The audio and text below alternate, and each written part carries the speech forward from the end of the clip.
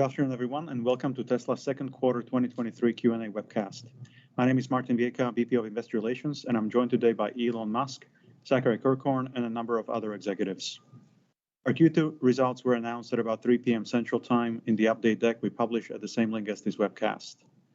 During this call, we will discuss our business outlook and make forward-looking statements. These comments are based on our predictions and expectations as of today. Actual events or results could differ materially due to a number of risks and uncertainties, including those mentioned in our most recent filings with the SEC. During the question and answer portion of today's call, please limit yourself to one question and one follow-up. Please use the raise hand button to join the question queue. But before we jump into the Q&A, Elon has some opening remarks. Elon? Thank you, Martin.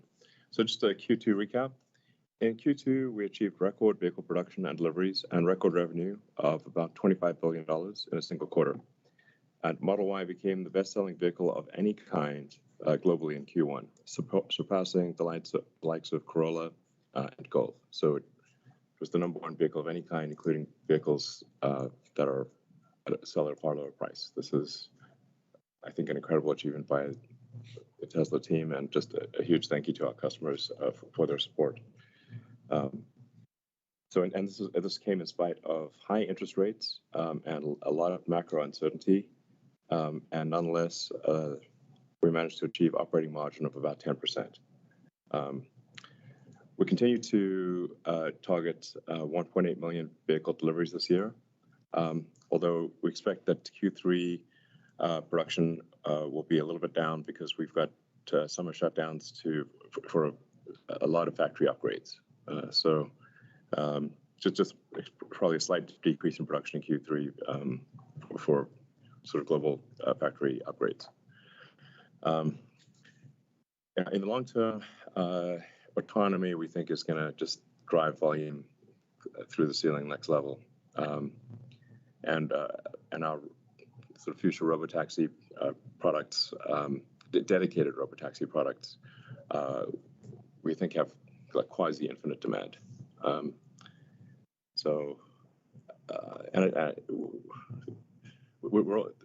way we're going to manufacture the robotaxi is also itself a revolution. And so it's revolutionary design made in a revolutionary way.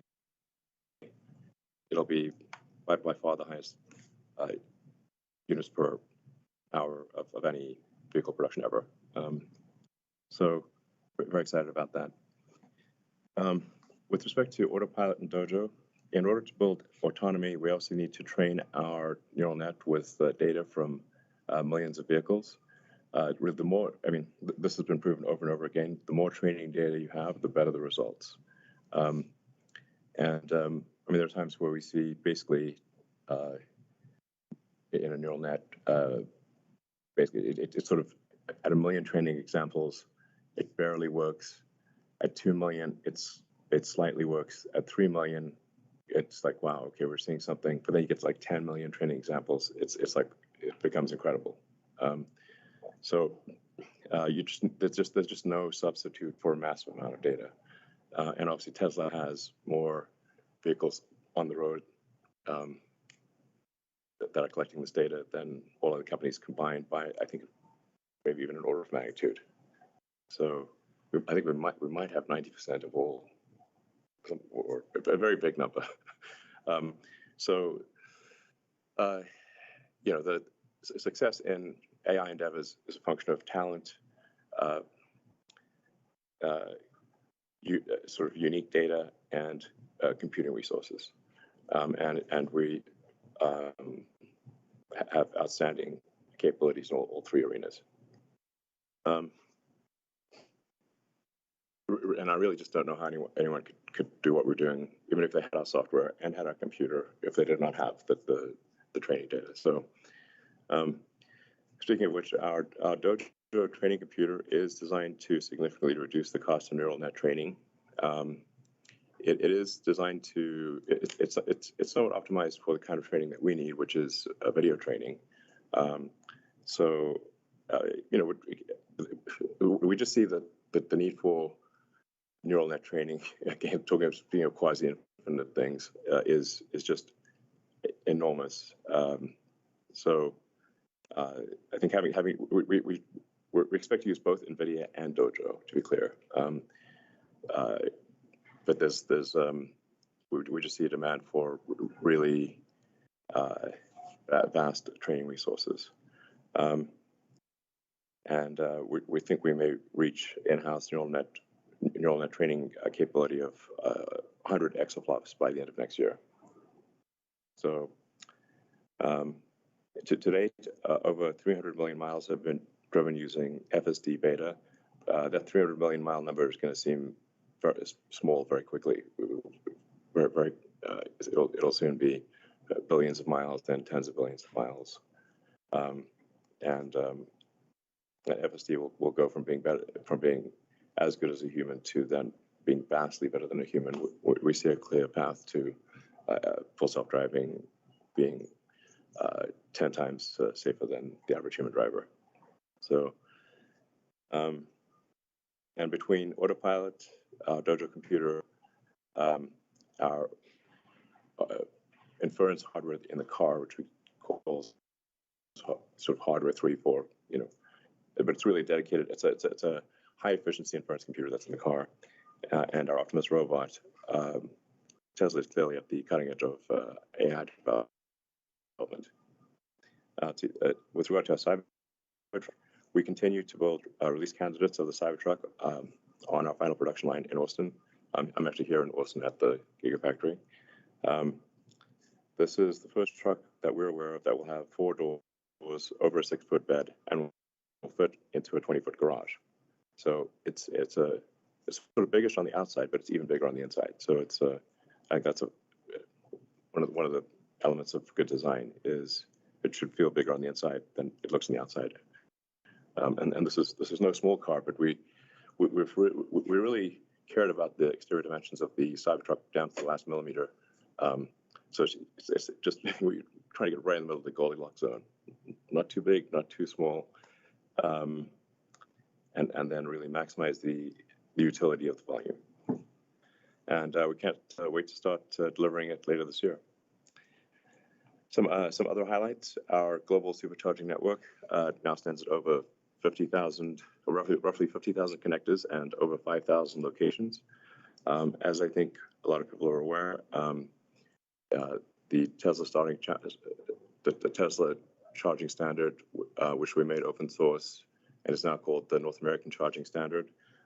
We're deeply honored that Ford, GM, Mercedes, and many other OEMs have signed up to use our connector and gain access to our charging network.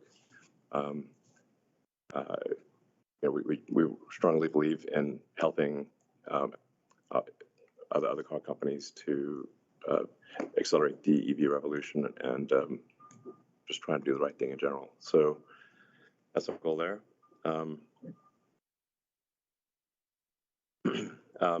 Then something I think I want to emphasize very, very strongly, this is a very important point, is that Tesla, just as with the North American Charging Standard, although we're not licensing, in that case, we're not licensing, we're just making it available.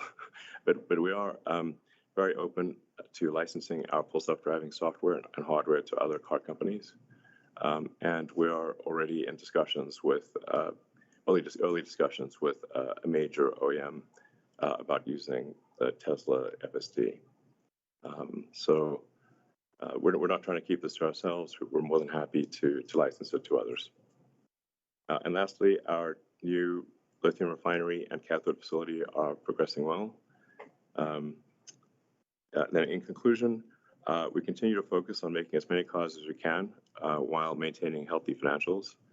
Our artificial intelligence development is obviously entering a new era, and we're incredibly excited about what's to come. Our other businesses, such as Megapack, supercharging, service, and whatnot, all started to become a meaningful contributor to overall profitability this quarter. And then lastly, I'd just like to profusely thank all of our employees who are making a lot of extra effort during uncertain times. Thank you very much for your hard work and the impact you're making. Thank you very much, Elon. And I think Zach has some opening remarks as well. Yeah, thanks, Martin.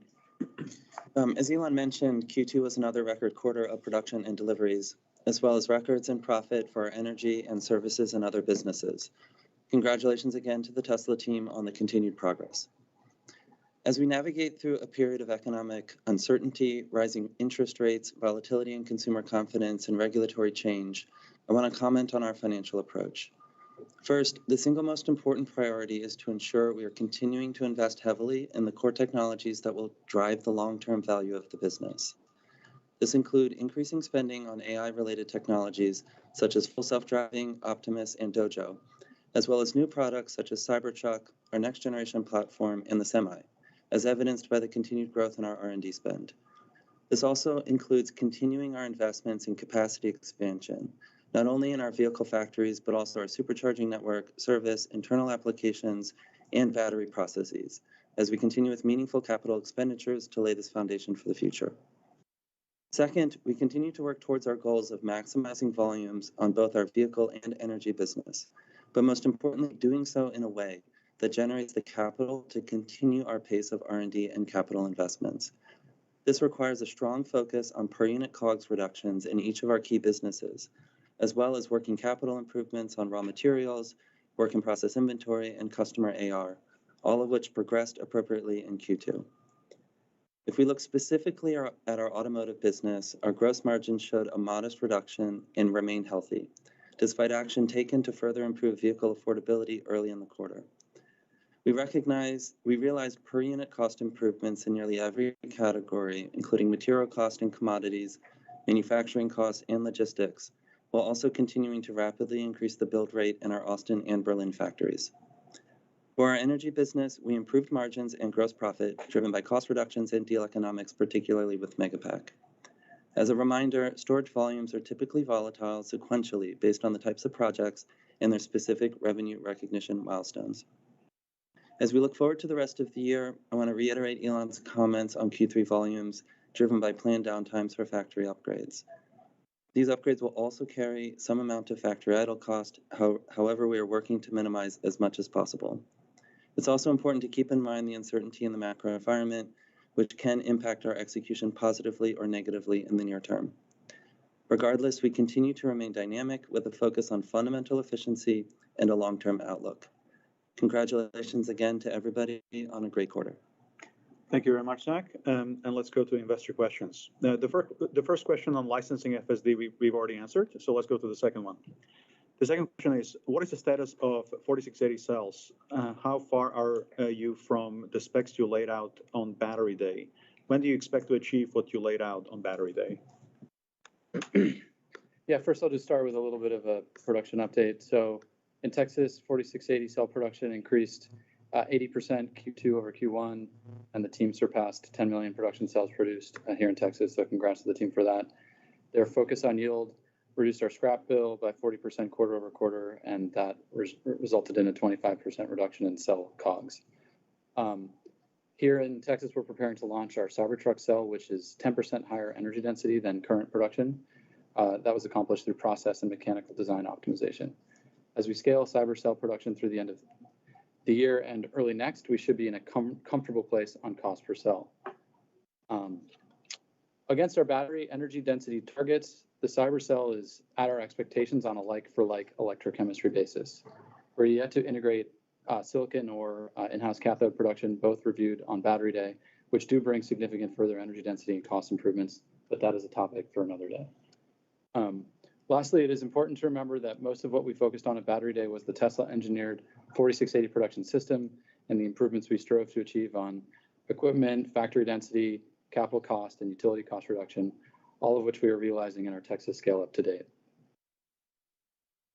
Thank you very much. The next question is, can you talk more to the upcoming Tesla energy products and how your thinking has evolved on the revenue model?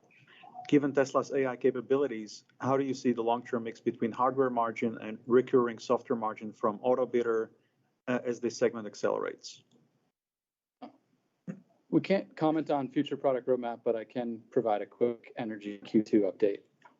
Megapack continues to show strong demand globally, with Lathrop ramping successfully to meet our contracted projects in 2023. As stated last quarter, Megapack margins are in a reasonable place in line with our target market, vehicle target margins. The second final assembly line at Lathrop is progressing on schedule, eventually doubling Lathrop capacity ahead of our full factory ramp in 2024. We have several exciting large projects in construction or nearing completion, including the KES project in Hawaii, the Riverina project in Australia, several projects in California, and one here at Gigafactory Texas that I toured today, actually. We want to thank our customers, utilities, and grid operators for trusting us with these projects. On the autobidder question, we continue to grow autobidder contracts in wholesale markets like Australia, Texas, UK, and California with over 6 gigawatt hours under Tesla's dispatch next year. In the UK, our projects performed best in the industry in Q2. Autobidder does have software margins and is an enabler for hardware sales, but it's a relatively small contributor to revenues given how much deployment growth on the Megapack hardware side is occurring. It's important to remember that these large capital projects have lifetimes of 20 years, so recurring revenues on an annualized basis relative to upfront CapEx are small. On the residential side, we have some fun things happening. We recently surpassed 500,000 Powerwalls installed. Just this week, we were launching Charge on Solar, which allows Tesla Powerwall and vehicle customers to charge their vehicles using their excess solar and drive only on the sunshine that hits their roof. Yesterday, we began paying customers in Texas for participating in our virtual power plant to provide grid support to ERCOT. We expect these credits to lower our median customers' annual bill by a third and to increase these credits over time as ERCOT expands market access. And today, we are expanding Tesla Electric enrollment to new Model 3 owners in Texas, followed by all Texas vehicle customers over the rest of the quarter. Unfortunately, and somewhat similar to Tesla Insurance, bringing Tesla Electric and VPP capabilities to our customers requires working through a fractured regulatory environment on a jurisdiction-by-jurisdiction basis. In the long run, the value of residential energy software and hardware will be driven by the level of market access that utilities, market operators, and regulators permit. Where Powerwall is eligible to provide the full stack of energy services, like peaker capacity and system buffering, such as in Australia, we can more than double the value of ownership relative to a typical system today. Thank you very much. The next question is, could you quantify the benefits to COGS per unit from the IRA battery manufacturing incentives? And secondly, battery raw material declines year to date. All right, I can take that. On the first part of the question for IRA manufacturing incentives, we provided previous guidance that we expect these to be for the course of this year in the range of 150 million to 250 million per quarter. We are staying within that boundary as we guided previously, so that was the case in Q2 as well. I will note, and I think we've mentioned this before, that this includes a 50-50 sharing of credits for qualified cells from our long-term battery partner, Panasonic. On the commodity side, we are continuing to see improvements there, as we've discussed previously. Lithium is the most notable improvement so far. I think I commented on this on the last call, because typically we see this coming about a quarter before it actually is realized in our financials. And also, just as a reminder, we're not fully exposed to the price of lithium. Our supply chain team has done a terrific job in partnership with a bunch of other companies to put in place some long-term agreements here, but we do have some exposure that moves up and down. We're also seeing benefits in aluminum and steel, which I think is great. Not as large as the lithium impacts, but they contribute nonetheless. So if we add up the total impact of this in Q2 relative to prior quarter, it's about the same size and magnitude as the IRA benefits that we also received. Just to put this in context, as you look at COGS per unit sequentially from Q1 to Q2, I think there's two things to keep in mind there. The first is that our SX mix for deliveries increased quite a bit from Q1 to Q2. So as you think about fundamental cost reductions, it's important to adjust for that. And then secondly, as we continue to work on reducing our Austin and Berlin costs, which we did quite a bit of that from Q1 to Q2, these factories are still slightly above Model Y production costs elsewhere. And in the quarter, our mix of Austin and Berlin related builds increased. And so that's something to consider as you model out the impact from Q1 to Q2 in terms of COGS per unit. I do want to ask Karin if there's anything else on the commodity side or just more generally you want to add here. Yeah, as you mentioned, Zach, we've naturally been a little bit hedged from the lithium position because of the long-term contracts we have in place. But we have seen reduction in pricing across the board for all commodities that specifically go into batteries, such as nickel, cobalt, and graphite. And the reductions in pricing translate into thousands of dollars when you look at it from a per vehicle impact. We're taking advantage to extend some of those fixed price contracts through the end of the decade. So it's a playbook that we'll continue to kind of go back to as we look to the future. Thank you. The next question on FSD.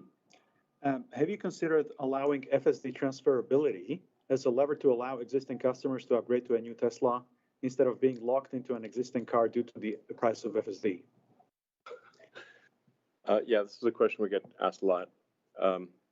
We're excited to announce that for Q3, we will be allowing transfer of FSD. This is a one-time amnesty.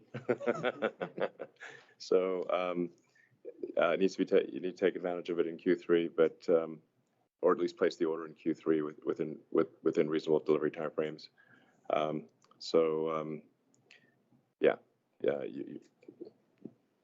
hope this makes people happy. But we're not going to do it. This is a one-time thing. We're doing okay. Right. The next question: When will you give more information about the Cybertruck orders, estimated delivery schedules, pricing, and specifications? Demand is so far off the hook you can't even see the hook. So that's really not an issue. I do want to emphasize that the Cybertruck has a lot of new technology in it, like a lot. It doesn't look like any other vehicle because it is not like any other vehicle. And the production ramp will move as fast as the slowest and least lucky element of the entire supply chain and internal production. So I wouldn't expect I hope it's smooth. We're certainly better at production ramps than we've got a lot of experience with production ramps, but a first order approximation is there's like 10,000 unique parts and processes in the Cybertruck, and if any one of it'll go as fast as the least lucky, least well executed element of the 10,000. So always very difficult to predict the ramp initially, but I think we'll be making them in high volume next year, and we will be delivering the car this year. Thank you. The next question is, critics of gigacasting contended that process makes vehicles harder and more costly to repair, essentially pushing costs onto the customer. Could you share some details about the initial repair experience with gigacast vehicles? That must be why everyone's copying us. Yeah, thanks, Elon. This is Lars. And Martin, that's like simply not true. There's a misconception that traditional bodies are easy to repair, but they're made of multiple materials and multiple joining methods. Spot welds and rivets have to be drilled out. Panels and structural adhesive have to be chiseled out. Dried adhesive has to be removed. Stampings cut, blah, blah, blah. It's a crazy patchwork quilt. Yeah, and so putting that back together means time and money. Using an example of replacing a rear cast rail on a Model Y, to do that versus like what we replaced it with from the Model 3, it's 10 times cheaper and 3 times faster to do it with the cast rail. My design team works with our collision repair team since we're closed loop on this with insurance, and we design specific parts that make it easier and faster to repair. And we have an incentive to do that because we have our own insurance and our own body shops. We expect that we'll continue to do this, and collision repair will continue to become cheaper and faster over time. And we already make this available to all body shops through our Tesla-approved body shop training. Yeah, closing the loop on collision repair, factoring that into design is a big deal. It's crucial. I don't think anyone else can do it with that ecosystem that we have. So. Yeah, and we are actually able to change the details of the casting with inserts, and we actually do that all the time. So because the inserts actually wear out and need to be replaced anyway, so we can actually make design changes to the inserts and tweak the castings.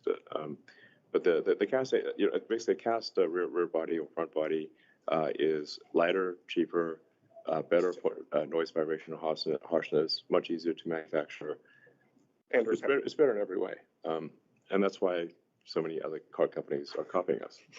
Because probably they don't know they're well, they certainly put out a lot of press releases about it. I think it's basically going to be how all cars are made in the future.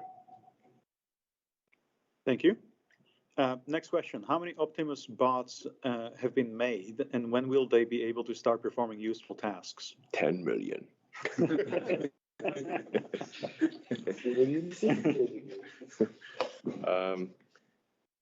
Yeah, I think we're around 5 or 6 bots. We're 10, I guess. Yeah, it depends on how many are working in what phase. But it's sort of like there's more every month. There's a lot of interesting things about the Optimus bot. We found that there are actually no suppliers that can produce the actuators. There are no off-the-shelf actuators that work well for a humanoid robot at any price. Certainly not compelling humanoid robot. Yes, not a humanoid robot that can do stuff that the things that a human could do. So we've actually had to design our own actuators that integrate the motor, the power electronics, the controller, the sensors, and really every one of them is custom design. And then of course we'll be using the same inference hardware as the car.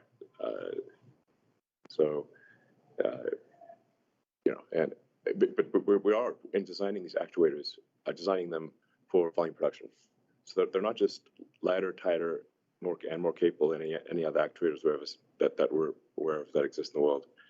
There's also actually manufacturable, so we should be able to make them in volume.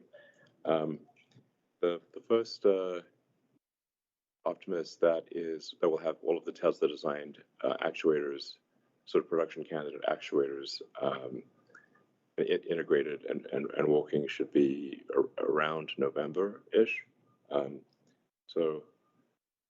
then we'll start ramping up after that.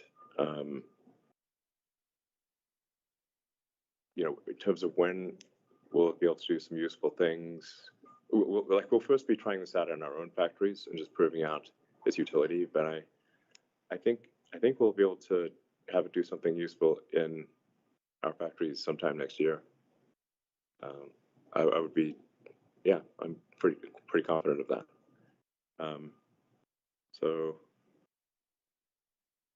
And it's going well. I should say another cool thing about Optimus is that there's just in the U.S. alone there are 2 million amputees, and I was just talking to the Neuralink team, and by combining a Neuralink implant and a robotic arm or leg for someone that has had their arm or leg, or all arms and legs amputated, we believe we can give you basically a cyborg body that is incredibly capable. $6 million man in real life. But won't cost $6 million. $60,000 man. Doesn't sound impressive, but it'll actually, so that actually could be a really, I think would be incredible to, potentially help millions of people around the world, and give them, a robot arm or leg that is as good, maybe long term better than a biological one. Thank you. The next question is, how has the order intake trended relatively to production levels during Q2, and how has it trended in the quarter-to-date period? Conceptually, how does Tesla decide when is it appropriate to reduce prices or add other sales incentives to increase demand? Yeah, I guess demand is roughly tracked production, which is what we aim for. We look at something that we have that really I think no other car maker has, is that we have real-time demand and real-time production. 7 days a week, I get an email, auto-generated email that shows output from all factories and orders globally. So it's like a real-time finger on the pulse of Earth, basically. And we adjust course according to what the mood of the public is. But buying a new car is a big decision for the vast majority of people. So, anytime there's economic uncertainty, people generally pause on new car buying, at least to see what happens. And then obviously another challenge is the interest rate environment. As interest rates rise, the affordability of anything bought with debt decreases. So effectively increasing the price of the car. So when interest rates rise dramatically, we actually have to reduce the price of the car because the interest payments increase the price of the car. And this is at least up until recently, it was I believe the sharpest interest rate rise in history. So we had to do something about that. And if somebody's got a crystal ball for the global economy, I really appreciate it if I could borrow that crystal ball. DM us. Yeah, exactly. DM me on Twitter. It should be a note on Twitter.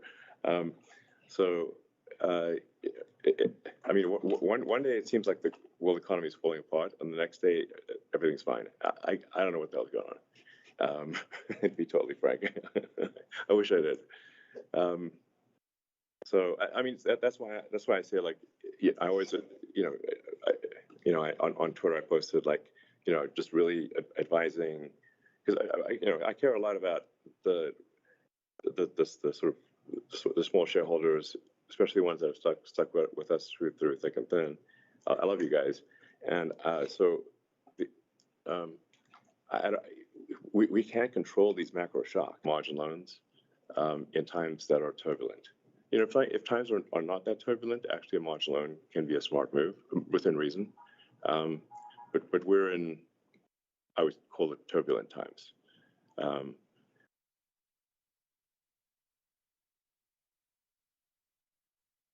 I have very high confidence in the long-term value of Tesla.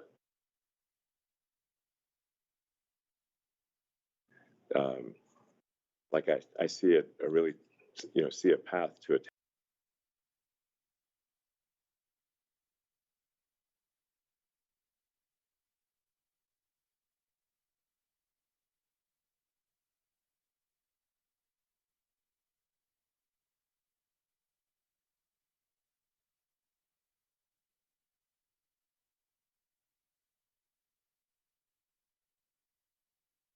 But we're in, I would call it, turbulent times. I have very high confidence in the long-term value of Tesla. I see it really, see a path to a 10x, well, maybe not these days, but they'll call it a 5x increase in the value of the company, maybe a 10x. But where things go along the way, the trials and tribulations and the mood of the markets, one cannot predict. And so,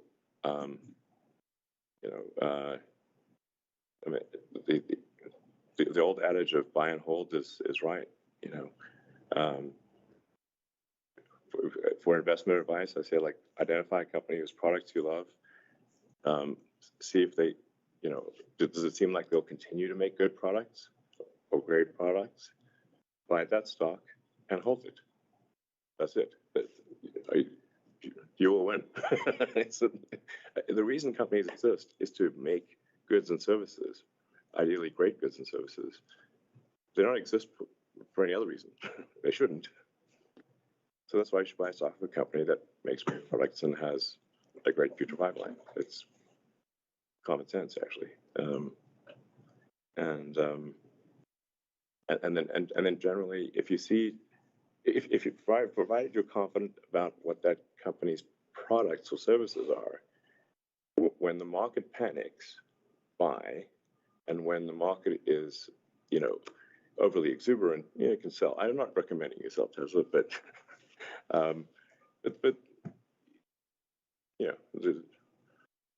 buy low, sell high. Warren Buffett actually, I think, has a saying. I'm paraphrasing him, but a publicly traded company is like it's like imagine you're living in your house and some crazy manic depressive guy comes and stands at the outside your house and yells property prices at you. So it's a different price every day, but the house is still the same house. So this is a stock market. You credit that to Warren Buffett. Thank you. Let's go to the next question. With the emphasis of price cuts to drive volume growth eating into automotive gross margin, can investors expect to see automotive gross margin stabilize or even rise due to efficiencies outpacing the cuts? And if so, when? Oh, man. Where's that crystal ball again? If I may, it's like, look, the short-term variances in gross margin and profitability really are minor relative to the long-term picture. Autonomy will make all of these numbers look silly.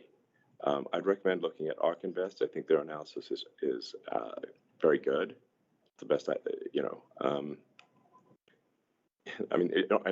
and generally, FinTwit or like if the finance, the smart finance people on Twitter follow their accounts. They're great.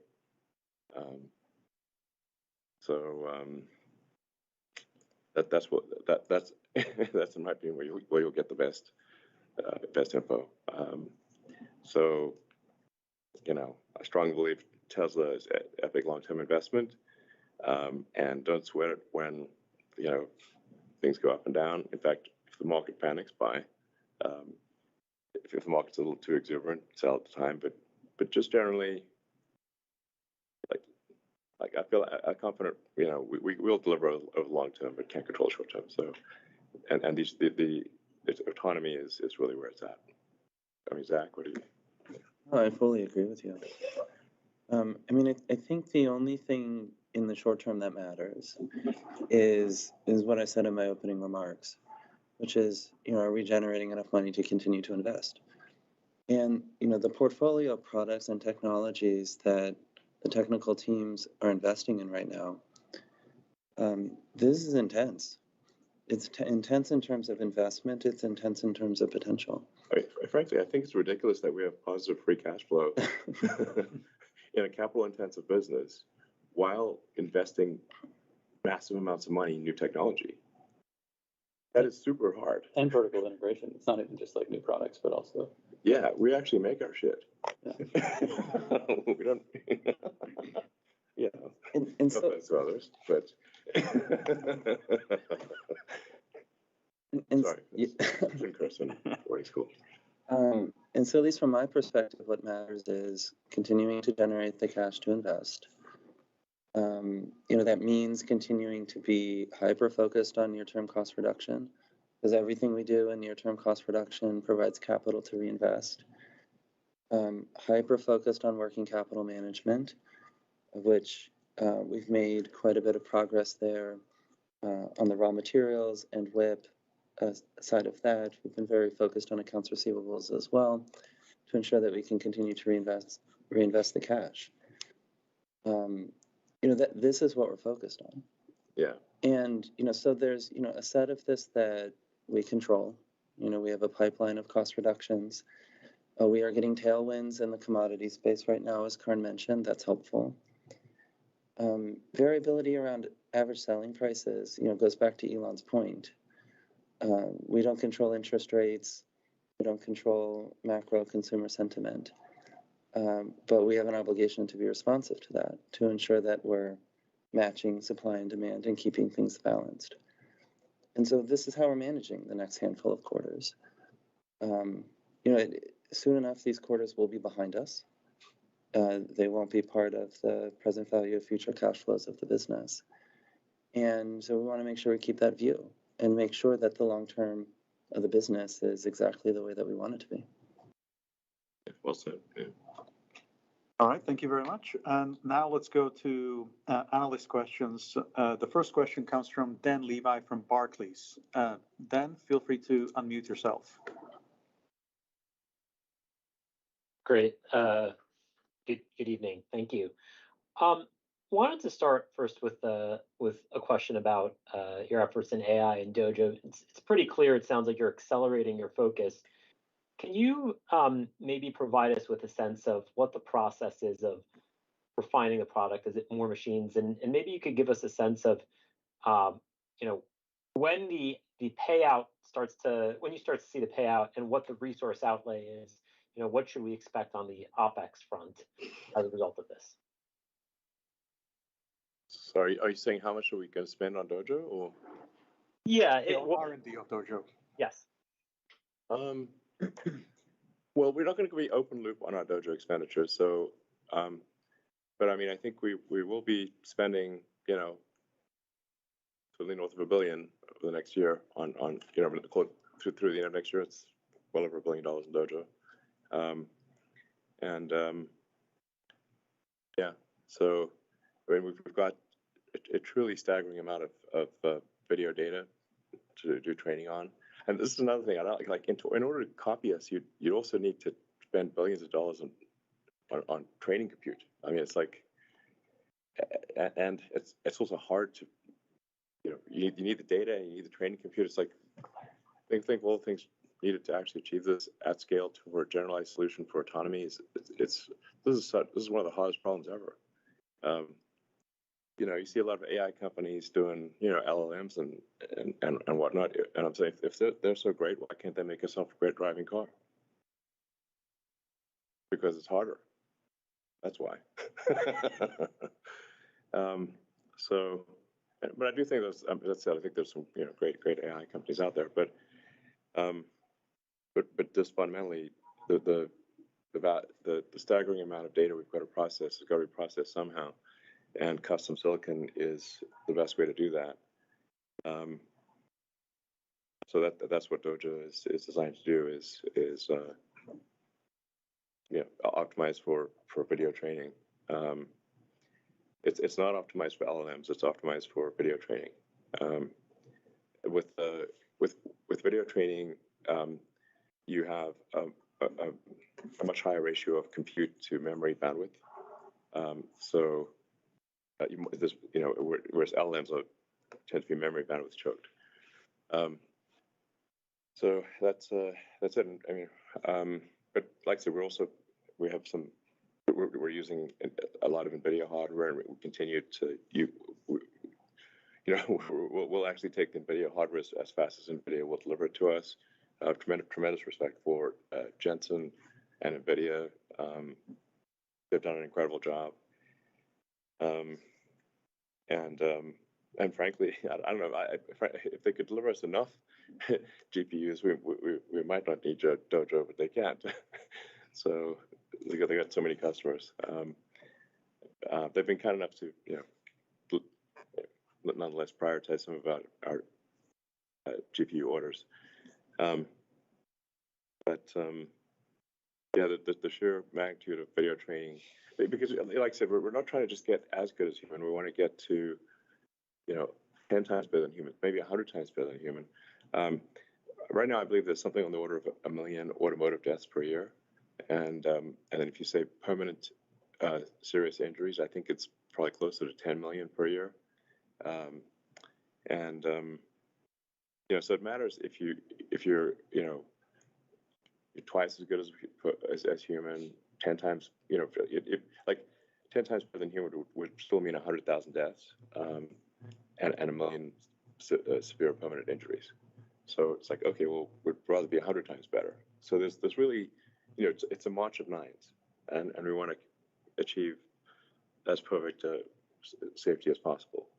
It's vast, truly mind-boggling amounts of video and computer needed for that. So, and then I do think there's other applications for Dojo, but we just desperately need it for video training. Great. Just to add to what Elon mentioned, so the numbers that he mentioned are between R&D spend and capital spend, And this is moving quickly. And so we provide a 3-year outlook on our capital expense. We are considering these expenses in that outlook. And as that moves up and down, we'll continue to update our guidance in the queue. Yeah, I want to say the fundamental rate limiter on the progress of full self-driving is training. That's if we had more training compute, we would get it done faster. So that's it. And it's just difficult to predict how quickly we can execute on it. Great, thank you. Just as a follow-up, I recognize there's some incredible macro uncertainty right now, but you're sticking with your near-term, your volume target of 50% CAGR. As we just think about sort of in the year ahead, Cybertruck is going to be some contribution. There's going to be some help from further EV penetration growth, but to what extent are you willing to sacrifice on pricing to keep that 50% volume CAGR intact? Or are you thinking differently about margins versus your prior commentary of willing to sacrifice on margins to get more share? It's not about getting more share. It's just that you can think of every car that we sell or produce that has a full autonomy capability as actually something that in the future may be worth as much as 5 times what it is today. Because average passenger vehicle is doing like maybe 10 hours of driving a week. If let's say it's 1.5 hours a day on average, that's 10 hours a week, ish. If you've got an autonomous, if that vehicle is able to operate autonomously and be used in some either dedicated autonomous or partially autonomous, like Airbnb, maybe sometimes you allow your car to be used by others. Sometimes you want to use it exclusively, just like Airbnb, doing Airbnb with a room in your house. That the value is just tremendous. So I think it would be.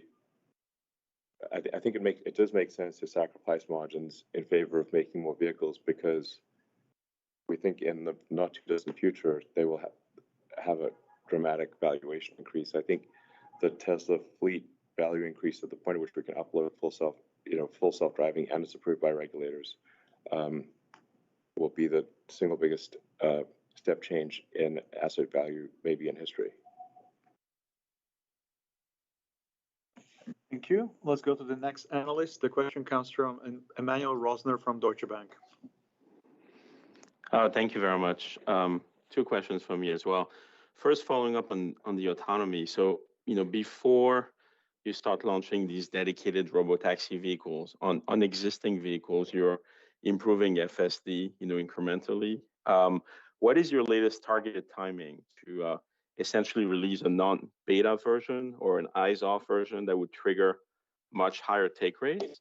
And would Tesla benefit from lowering the price of FSD? Well, obviously, as people have sort of made fun of me, and perhaps quite fairly have made fun of me, my predictions about achieving full self-driving have been optimistic in the past. The reason they've been optimistic is what it tends to look like is we'll make rapid progress with a new version of FSD, but then it will curve over logarithmically. So at first, like a logarithmic curve looks like just sort of fairly straight upward line, diagonally up. And so if you extrapolate that, then you have a great thing. But then, because it's actually logarithmic, it curves over, and then there've been a series of stacked logarithmic curves. Now, yeah, I know I'm the boy who cried FSD, but I think we'll be better than human by the end of this year. That's not to say we're approved by regulators, and I'm saying that would be in the U.S. Because we got to focus on one market first. But I think we'll be better than human by the end of this year. I've been wrong in the past. I may be wrong this time. And the price of FSD. So the weird thing is the price of FSD is actually very low. It's not high. When you go back to what I was saying earlier, the value of the car increases dramatically if it is actually autonomous. $15,000 is actually a low price, not a high price.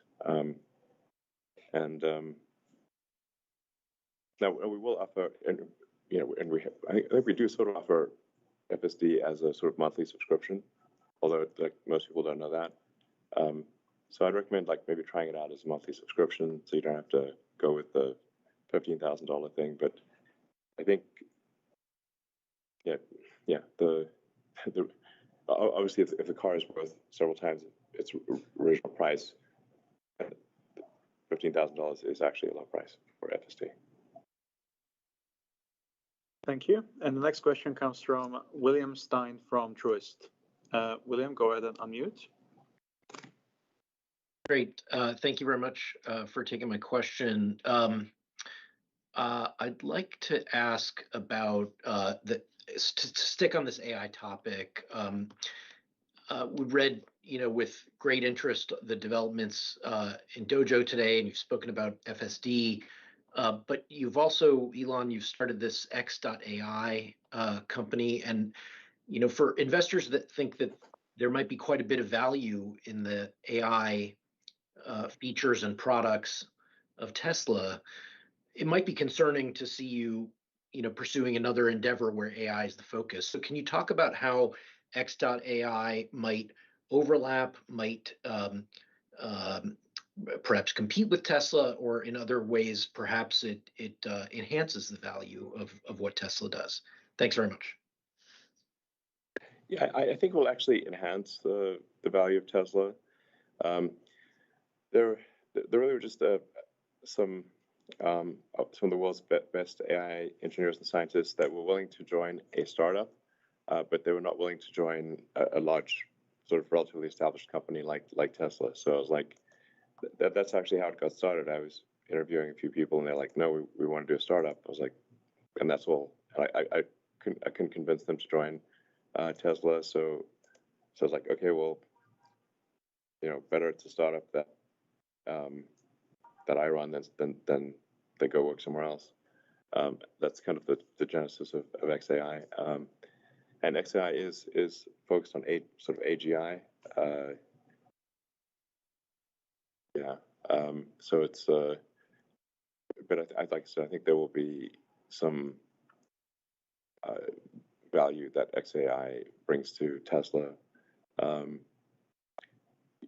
Also for the very best people in the world, they really just want to work on interesting problems. So if you take, say, our material science group, really what convinced Charlie Corman to leave Apple, where he was very happy and well compensated, and built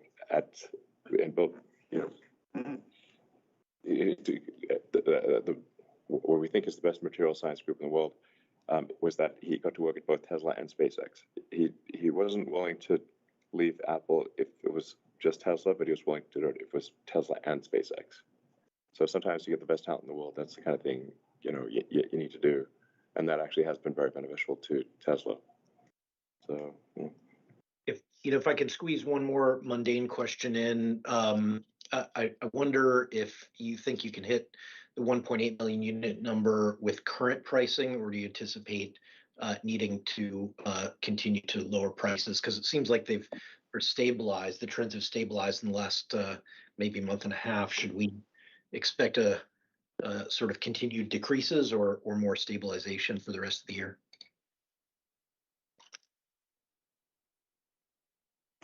Sure. We have really sort of restarted the referral program, which I think will be quite effective. But as Zach was saying earlier, we don't control the macroeconomic conditions. So if interest rates continue to rise, that reduces the affordability of cars. and for a lot of people, they're really trying to balance, like just, barely breaking even every month. In fact, if you look at the rise in credit card debt, they are in fact not breaking even every month. Like credit card debt is looking kind of scary. So, we just don't control macro conditions. If macro conditions are stable, I think prices will be stable. And if they're not stable, then we would have to lower prices. Thank you. Let's go to Colin Rush from Oppenheimer. Thanks so much, guys. As you're building out Dojo and implementing what surely is going to be a highly complex set of software, can you speak to the maturity of the operating system and how much outsourced software you're expecting to use in that system? This is a custom software stack, but it is designed such that you can run at a high level PyTorch and JAX. But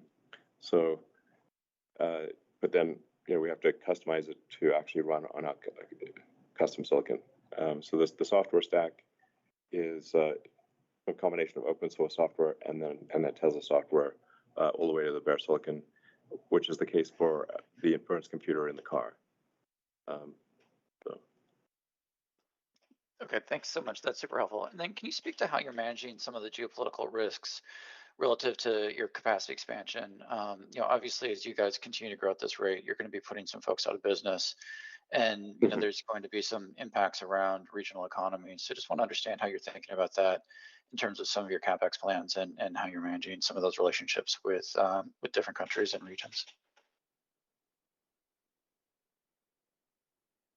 Well, this is a period of unusual geopolitical risk. So I think the best we can do is, have factories in many parts of the world, such that if things get difficult in one part of the world, we can still keep things going in the rest of the world. Thank you.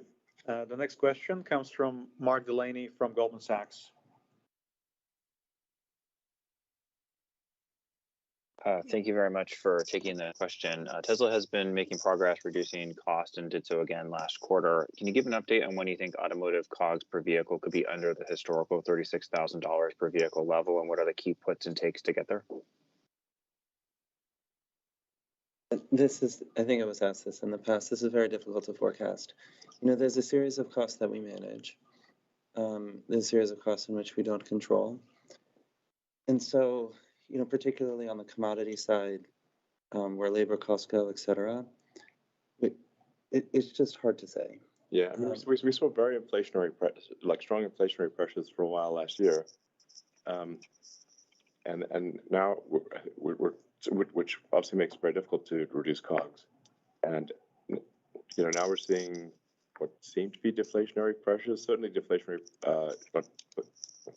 If deflation is a pressure, but we're seeing commodity prices dropping as was mentioned. As Karin mentioned a moment ago, I think. What do you think? Basically, the trends seem to be deflationary at the commodity level. Definitely, there's that, and then there's also the unit economics improve as volumes grow. That's the other thing we're seeing, as we're becoming a bigger and bigger part of a lot of suppliers. Economies of scale come into play. There's equipment depreciation that comes into play. Equipment that was commissioned 5 to 7 years ago, that used to be a part of the piece price. That's completely amortized. So we'll see situations where piece price comes down because that equipment contribution has gone away. And then we continue to have this mentality of continuous improvement in terms of labor, reducing labor, improving automation, and just continue to get better at what we do. So we have seen, I think every quarter we have seen an improvement. Of course, the commodities spiked up and down, but just in general, the trend is towards being more efficient. Yeah, and totally agree. Yeah, lithium prices went absolutely insane there for a while. Yeah, and they're recovering now. Cobalt's like a third of what it used to be. Yeah, and we're still early in the ramps. Well, not early in the ramp, but early in the cost down curve of Austin and Berlin. Yeah. And so it takes time to work the cost out. At first, it's a focused on ramp. ramp brings cost down. Ramp and quality, and then, And ramp then- and quality cost. Yeah, and then once that stabilizes, we can divert bandwidth to cost reduction. And so Austin and Berlin saw quite a decent amount of cost reduction on a fundamental basis from Q1 to Q2. We'll continue to do that work. That will be helpful. And so we're just going to keep chipping away at it. Yeah, packaging is a big element to that. We have logistics too. Logistics is normalizing, which is great. Q-bot utilization, something that the team has been very focused on. So every bit of it. Yeah, It's hard. Logistics is underappreciated. As the old saying goes, like battles are won with tactics, wars are won with logistics. Yeah, and we made tremendous improvements in cost in all fronts. On expedite costs, we are down to pre-pandemic expedite cost levels now, and our goal is to go further down. So when we look at our progress from Q1 to Q2 on cost, the way that we look at internally, normalize for the impacts of mix shift with Austin and Berlin being a higher percentage of our mix, normalize for SNX being a higher percentage of our mix in Q2 versus Q1. The sequential cost reduction, it might be the largest we've had in a while. So I think it's great work on behalf of the Tesla team, and we just got to keep it up. Yeah, it's a game of pennies. It's like Game of Thrones with pennies. Mark, do you have a follow-up question? I think you're muted. Yep. Yeah. Thank you very much for all the details on that. Maybe you could put a finer point on the downtime impact that you spoke about in your prepared comments, in terms of production impact, and then also to what extent there's a margin impact from those factory upgrades that you're planning this quarter. Thank you.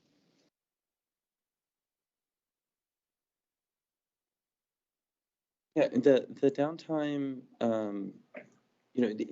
we don't know exactly the number of cars impacted because, kind of the way that we go into downtime windows for upgrades is, we set aside a period of time, but then the team is challenged to go as quickly as possible so that we can get the factories up and running again and minimize that. So it's not a profound reduction, hopefully it's quite small. I think we're getting too much into the weeds here. I mean, we're asking for a level of precision that is not possible to answer. So let's move on. Yeah, I think this is unfortunately all the time we have for today. Okay. So we'll speak to you all in the next 3 months. Thank you very much. Thank you.